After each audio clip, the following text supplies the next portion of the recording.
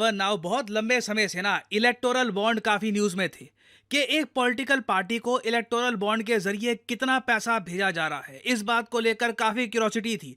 कुछ लोगों ने सोशल मीडिया पे यह भी अज्यूम कर लिया था कि अडानी और अंबानी पता नहीं कितने बिलियन डॉलर दे रहे हैं एक पॉलिटिकल पार्टी को through electoral bonds. But surprisingly जब डेटा सामने आया है ना, तो नंबर्स देखकर काफी लोग शॉक्ड हैं। Even though BJP all together top political party है जिसको सबसे ज्यादा पैसा मिला है through electoral bonds.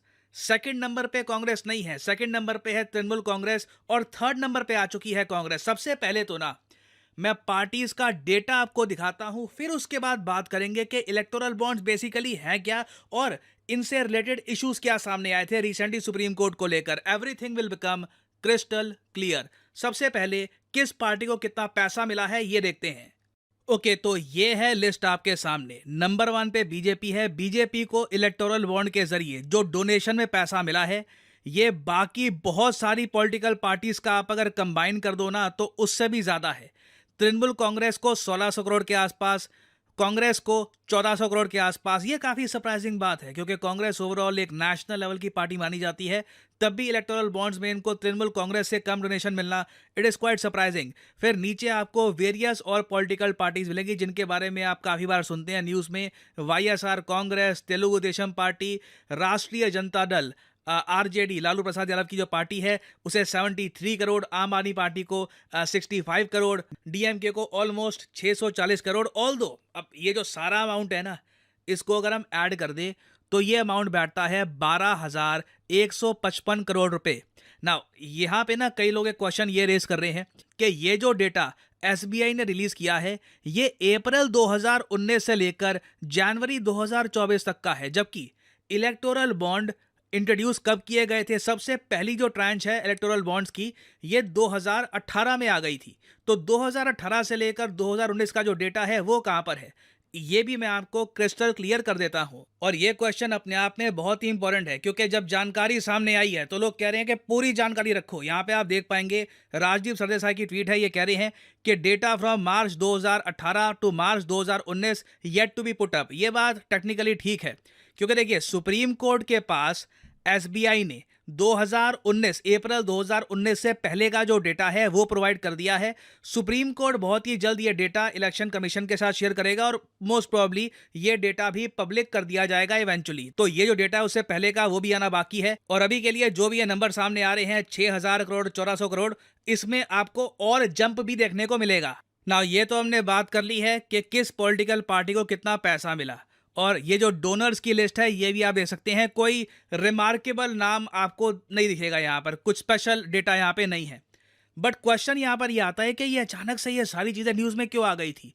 SBI, supreme court वगैरह अचानक से ये बात दुनिया के सामने क्यों आई है इंडिया में कि इलेक्टोरल बॉन्ड्स के जरिए किस पार्टी को कितने पैसे मिल रहे थे। नाउ इलेक्टोरल बॉन्ड्स होते क्या हैं, इन वेरी सिंपल लैंग्वेज ये समझते हैं, उसके बाद मैं आपको बताऊंगा कि हाल ही में सुप्रीम कोर्ट ने क्या कहा था। देखिए इलेक्टोरल बॉन्ड आए थे 2017-18 के फाइनेंशियल ईयर में। फाइनेंस बिल 2017 पास किया गया था। उसके अंडर क्या हुआ कि एक सिस्टम बनाया गया कि अगर मान लो कोई इंडिविजुअल है, कोई कंपनी है, ये एक पॉलिटिकल पार्टी को पैसा डोनेट करना चाहती है वाइट टैक्सेबल इनकम के बाद। मतलब देखो यहाँ पे कोशिश ये थी कि कैश का भी कम इस्तेमाल हो। सीधा एक इंडिविजुअल ये जाएगा स्टेट बैंक ऑफ इंडिया के पास, इलेक्टोरल बॉन्ड का एक सिंपल फॉर्म है वो भरेगा और जितना भी पैसा उसको डोनेट करना है एक पॉलिटिकल पार्टी को वो व्यक्ति डोनेट कर पाएगा। नाउ प्रॉब्लम इस सिस्टम को लेकर बहुत लंबे समय से ये थी कि जो भी डोनेशंस आ रही हैं, जिस पॉलिटिकल पार्टी को डोनेशंस दी जा रही हैं, ये सारा डेटा था एसबीआई के पास और ये डेटा जनता के सामने नहीं आ रहा था। उसके बाद क्या होता है कि दो पार्टीज, एक तो एडीआर एंड कॉमन कॉज, ये दोनों एनजीओज हैं, उसके अलावा कम्युनिस्ट पार्टी ऑफ इंडिया, ये सब मिलकर सुप्रीम कोर्ट में जाते हैं और ये कहते हैं कि देखो इलेक्टोरल बॉन्ड्स में क्या हो रहा है, कौन किसको पैसा दे रहा है, किस पॉलिटिकल पार्टी को पैसा जा रहा है, हमको इसके बारे में ट्रांसपेरेंसी है नहीं। आप प्लीज ये जो सारी डिटेल्स हैं ये रिवील करिए। और जो मनी बिल 2017 में पास हुआ था ना, उसमें ये बात भी लिखी है कि सारे डोनर्स जो डोनेट करते हैं 20,000 से ऊपर इन कैश, उनके नाम रिवील होने भी चाहिए। तो उसके बाद देखिए सुप्रीम कोर्ट ने रिसेंटली जो रूलिंग करी है पिछले महीने, सुप्रीम कोर्ट ने सबसे बड़ी बात तो ये कह दी इलेक्टोरल बॉन्ड्स का सिस्टम खत्म। ये एक अपने आप में मेजर डिसीजन था। हालांकि देखो, इसकी एक पॉजिटिव साइड भी है। एक थोड़ा सा इसका इशू ये भी आएगा कि सिंस अब इलेक्टोरल बॉन्ड्स खत्म हो गए हैं ना, तो बहुत सारी फंडिंग जो पॉलिटिकल पार्टीज की है वो कैश में होनी शुरू हो जाएगी। इंडिया में जो चुनाव होते हैं, देखो काफ़ी बार रिपोर्ट्स पब्लिश होती हैं कि भारत में जो इलेक्शंस होते हैं ना, ये दुनिया के या तो सबसे महंगे या तो one of the most expensive elections होते हैं। बिलियंस ऑफ डॉलर्स खर्च कर दिए जाते हैं। और अब होगा क्या, मोस्ट प्रोबेबली सीधा 20,000 की डायरेक्ट फंडिंग के बजाय ना 19,000 की बहुत सारी फंडिंग होगी। कैश के जरिए काफ़ी हद तक फंड किया जाएगा पॉलिटिकल पार्टीज को, क्योंकि जो डिमांड है पैसे की वो तो कम होने नहीं वाली। खैर, अभी के लिए जो इलेक्टोरल बॉन्ड्स हैं खत्म। सुप्रीम कोर्ट ने कहा कि जो रिडीम इलेक्टोरल बॉन्ड्स नहीं कर रखे वो पैसा वापस करो डोनर्स को। ये पूरा सिस्टम सुप्रीम कोर्ट ने बंद कर दिया। और साथ में ये भी कहा कि अब तक जिस पॉलिटिकल पार्टी को भी जितना पैसा मिला है, जिसने भी ये पैसा दिया है, एसबीआई ये सारी जानकारी देश के सामने रिवील करेगी। एसबीआई ने जब ये ऑर्डर सुना, उन्होंने कहा कि सर टाइम लगेगा, लंच ब्रेक भी है बीच में, हमें 3 महीने चाहिए इसमें। तो सुप्रीम कोर्ट ने सिरा सिरा कह दिया 15 मार्च तक का टाइम है। और उसके बाद एसबीआई ने ओवर टाइम काम करके जल्दी से जो ये डिटेल्स हैं ये देश के सामने रखी हैं, क्योंकि सुप्रीम कोर्ट का ऑर्डर था।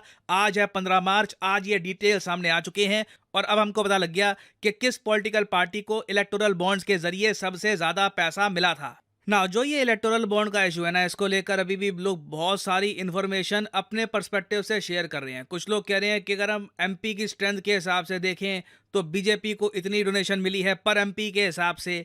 कुछ लोग कह रहे हैं कि देखिए, अभी ना जो भी डिटेल सामने आई है इससे इंडिया की जो रियल प्रॉब्लम है ये सॉल्व नहीं होती। वो ये है कि पॉलिटिकल पार्टीज को हमारे यहाँ फंड कैसे किया जाता है, इसको लेकर प्रॉपर ट्रांसपेरेंसी चाहिए। और ये प्रॉब्लम देखिए हर डेमोक्रेसी में आपको दिखेगी। इवन यूएस में भी ना, इवन यूएस में भी आप देखोगे तो पॉलिटिकल पार्टीज को फंडिंग कौन दे रहा है ये एक मेजर इशू रहता है। क्योंकि इन दी एंड देखो, आपको इलेक्शन जीतना है, आपको कहीं ना कहीं पैसा चाहिए होगा, आपको रैलीज करनी है, आपको प्रमोशन करना है, आपको टेलीविजन पे दिखना है, आपको और जगह दिखना है, इसमें आपको पैसा खर्चना होगा।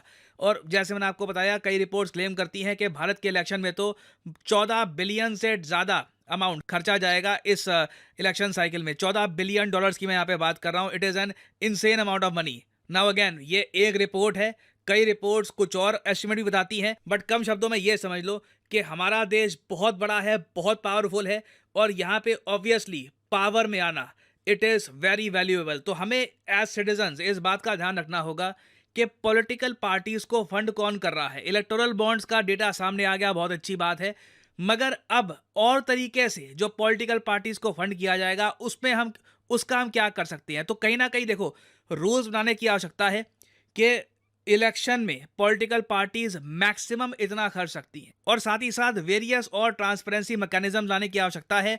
तभी जो हमारा एक्चुअल ऑब्जेक्टिव है इसे हम रीच कर पाएंगे। अभी के लिए देखो, ये इलेक्टोरल बॉन्ड्स का इशू है, ये कुछ समय के लिए और न्यूज़ में रहेगा।